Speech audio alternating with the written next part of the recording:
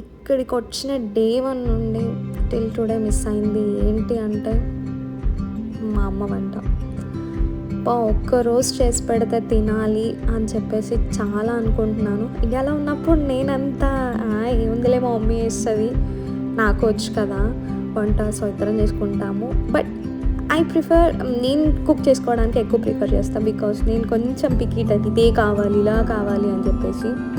But ఇక్కడ వచ్చాక అమ్మ చేసి పెడితే బాగుంటుంది, అట్లీస్ట్ ఒక్కరోజు రెడీగా ఫుడ్ ఉంటే తినాలి అని చెప్పేసి చాలా రోజులు ప్రతిరోజు అనుకుంటుంటా. అలా అనుకోని రోజు అంటే ఏం లేదు. నేనే కాదు, ఇక్కడ ఉన్న ప్రతి స్టూడెంట్ అలానే ఫీల్ అవుతారు, రెడీగా ఫుడ్ ఉంటే బాగుండు తినాలి అని చెప్పేసి.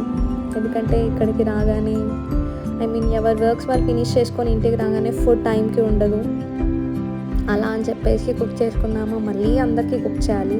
అంటే ఇక్కడ టైప్స్ ఆఫ్ కుకింగ్స్ ఉంటాయి అన్నమాట, కంబైన్డ్ కుకింగ్స్, సపరేట్ కుకింగ్స్ అని. ఫస్ట్ నేను షాక్ అయ్యా, కంబైన్డ్ ఏంటి, సపరేట్ ఏంటి, అందరం ఒకే ఇంట్లో ఉంటున్నాం కదా అని చెప్పేసి. ఓకే, అది డిపెండ్స్ ఆన్ పీపుల్ అనమాట. సో దాన్ని బట్టి టైప్స్ ఆఫ్ కుకింగ్ అనేది డిసైడ్ అయిపోతుంది ఆ ఇంట్లో, ఆ స్టూడెంట్స్ని, ఆ ఎన్విరాన్మెంట్ బట్టి, ఆ బాండింగ్ని బట్టి అన్నీ వచ్చేస్తాయి. సో ఎప్పుడు చికెన్ కర్రీనా అని చెప్పేసి ఈరోజు గ్రీన్ చికెన్ కర్రీ అయితే చేసుకుందాం. కొన్ని చిల్లీస్ అయితే పేస్ట్ చేసుకొని పక్కన పెట్టేసుకోవాలి. అండ్ చికెన్ వాష్ చేసుకోవాలి. ఇక్కడ ఇట్లాగో లైవ్ చికెన్ దొరకదు, వచ్చిన చికెన్ని లైవ్ చికెన్ అని చెప్పి ట్రీట్ చేయాలన్నమాట, తప్పదు, అదంతే. సో వాష్ చేసుకునే ముందు జింజర్ గార్లిక్ పేస్ట్, సాల్ట్, పసుపు అండ్ లెమన్ ఇవి యాడ్ చేసుకొని చికెన్ వాష్ చేసుకోండి. అంటే నాకు తెలిసిన ట్రిక్ అనమాట ఇది. సో చికెన్ అనేది చాలా క్లీన్గా వాష్ అయిపోయి స్మెల్ అనేది రాదనమాట. దాని తర్వాత ప్యాన్ పెట్టేసుకొని ఆయిల్ పోసేసుకొని స్పైసెస్ అన్నీ యాడ్ చేసుకొని ఆనియన్స్ వేసి అవి కంప్లీట్గా కొంచెం light brownish colour, not gold, brownish colour వచ్చాక మనం చిల్లీస్ ఒక 4-5 కట్ చేసుకొని అందులో వేసుకొని పుదీనా, కొత్తిమీర అవి కూడా కట్ చేసుకొని వేసుకోవాలి. దాని తర్వాత కొంచెం కలిపేసుకొని పసుపు యాడ్ చేసుకొని, చికెన్ ఇప్పుడే వేయకూడదు, మీరు ముందే చికెన్ వేసారనుకోండి ఆనియన్స్ అనేది కొంచెం కంప్లీట్గా ఫ్రై అవ్వలేదు కాబట్టి ఆ టేస్ట్ వేరే వస్తుంది. సో గ్రీన్ చికెన్ కర్రీలో మాత్రం మీరు కంప్లీట్గా బ్రౌన్ కలర్ వచ్చాకే చికెన్ అనేది యాడ్ చేసుకోవాలి. సో చికెన్ యాడ్ చేసుకున్న తర్వాత ఒక 5 to 10 minutes అలానే ఉంచేసేయండి కలుపుతూ మధ్యలో మీడియం ఫ్లేమ్లో, హై ఫ్లేమ్లో ఉంచకూడదు.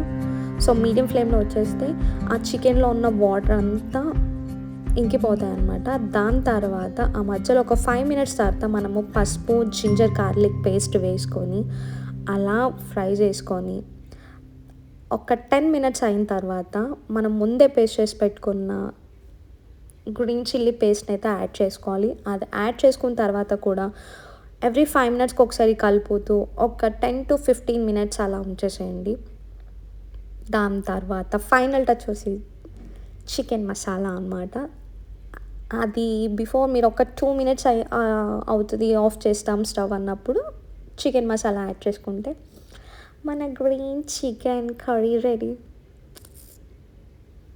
సో యమ్మీగా తినేయచ్చు అనమాట. చూసారా ఫైనల్ అవుట్పుట్ అయితే ఎలా వచ్చిందో.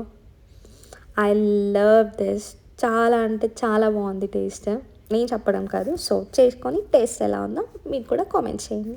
Thank you.